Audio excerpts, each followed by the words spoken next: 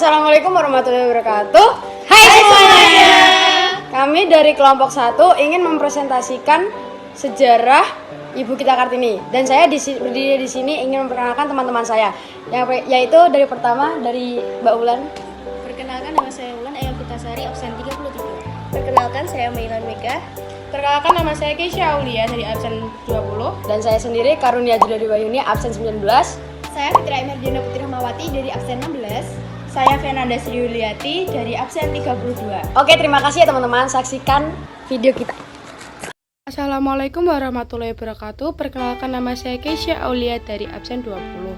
Di sini saya akan menceritakan sejarah mengenai R.A. Kartini. R.A. Kartini atau Raden Ajeng Kartini kerap kita panggil dengan sebutan Ibu kita Kartini. Hari Kartini ditetapkan pada tanggal 21 April. Presiden Soekarno mengeluarkan keputusan Presiden Republik Indonesia nomor 108 tahun 1964 pada tanggal 2 Mei 1964 yang menetapkan Kartini sebagai pahlawan kemerdekaan nasional. Terima kasih. Selanjutnya akan dibeberkan oleh Karunia Julia. Assalamualaikum warahmatullahi wabarakatuh. Saya dari kelompok 1. Saya ingin membacakan apa yang tadi ada di opening sebelumnya. Jadi, saya di sini ingin membahas tentang sejarah Ibu kita Kartini. Perlu diketahui sebelum kita memperingati hari kelahirannya, setiap tanggal 21 April, Kartini adalah satu pahlawan nasional yang bergerak dalam emansipasi wanita.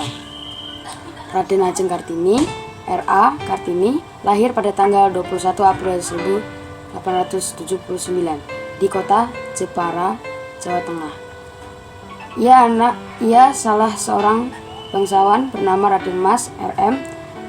Sosroningrat yang menikah dengan wanita desa Mas Ajeng Nasirah. Kartini memiliki 7 saudara, yakni Raden Mas Slamet, lahir pada tanggal 15 Juni 1873.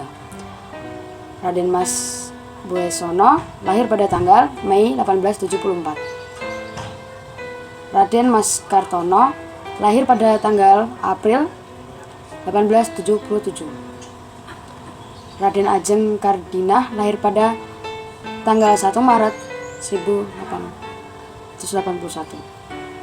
Raden Mas Mojono, lahir pada tanggal 26 Desember 1885. Raden Ajeng Soematri, lahir pada 11 Maret 1888. Raden Mas Rawito, lahir pada tanggal 16 Oktober 1892. Terima kasih, sekian presentasi dari saya. Wassalamualaikum warahmatullahi wabarakatuh. Baik, perkenalkan, nama saya Mailan Mega, saya absen 24. Saya di sini akan melanjutkan materi yang telah disampaikan oleh Karunia Julia. Pada tahun 1885, Kartini mengampu sekolah di Universal Girls School atau bisa disebut dengan ALS. Sekolah ini setara dengan sekolah dasar. Siswa yang mampu mengampu pendidikan di sini hanya seorang anak pemerintah dan petinggi di Indonesia. Bahasa yang digunakan di sekolah ini merupakan bahasa Belanda, sehingga Kartini bisa meningkatkan kemampuan bahasanya. Namun Kartini tidak bisa melanjutkan pendidikan ke jenjang berikutnya karena dipaksa berhenti oleh sang ayah. Ia dipaksa untuk menjadi putri bangsawan sejati dengan mengikuti adat istiadat yang berlaku. Ia banyak menghabiskan waktu di rumahnya.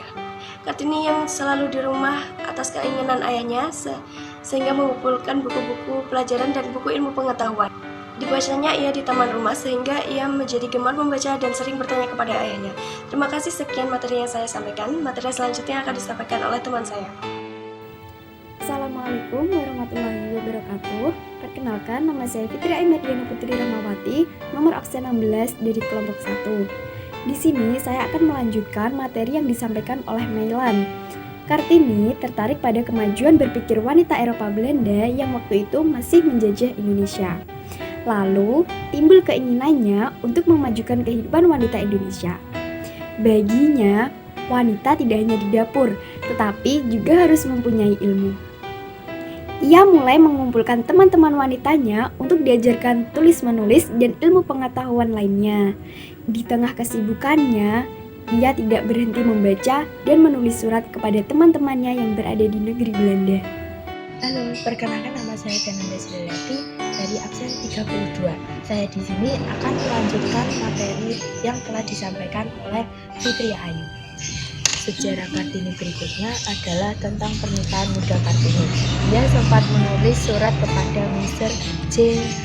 Abendanon dan memohon agar diberikan beasiswa untuk bersekolah di Belanda.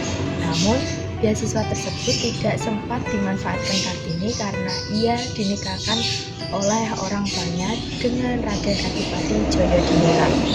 Setelah menikah, ia harus ikut suaminya ke daerah Rembang. Suaminya mendukung Kartini mendirikan sekolah wanita di sebelah timur untuk gerbang kompleks kantor Kabupaten Rembang atau di sebuah bangunan yang kini digunakan sebagai gedung pramuka. Advertisement scroll to continue with content. Kartini melahirkan anak yang diberi nama Susalit Joyodiningrat pada tanggal 13 September 1904. Beberapa hari kemudian, Kartini meninggal di usia 25 tahun pada tanggal 17 September 1904. Kartini dimakamkan di Desa Bulu, Kecamatan Bulu di Kota Rembang. Pendidikan Sekolah Kartini. Yayasan Kartini mendirikan sekolah wanita yang bernama Sekolah Kartini pada tahun 1912. Sekolah tersebut tersebar di beberapa daerah seperti Semarang, Surabaya, Yogyakarta, Malang, Madiun, dan Cirebon. Setelah Kartini wafat, Mr. Jacques Hendricks Abendanon mengumpulkan dan membukukan surat-surat yang pernah dikirimkan Raden Ajeng Kartini kepada teman-temannya di Eropa. Buku ini diberi judul Door the Stormist Totlage, yang artinya habis gelap terbitlah terang. Oke guys, jadi sekian presentasi dari kami. Wassalamualaikum warahmatullahi wabarakatuh. Dadah.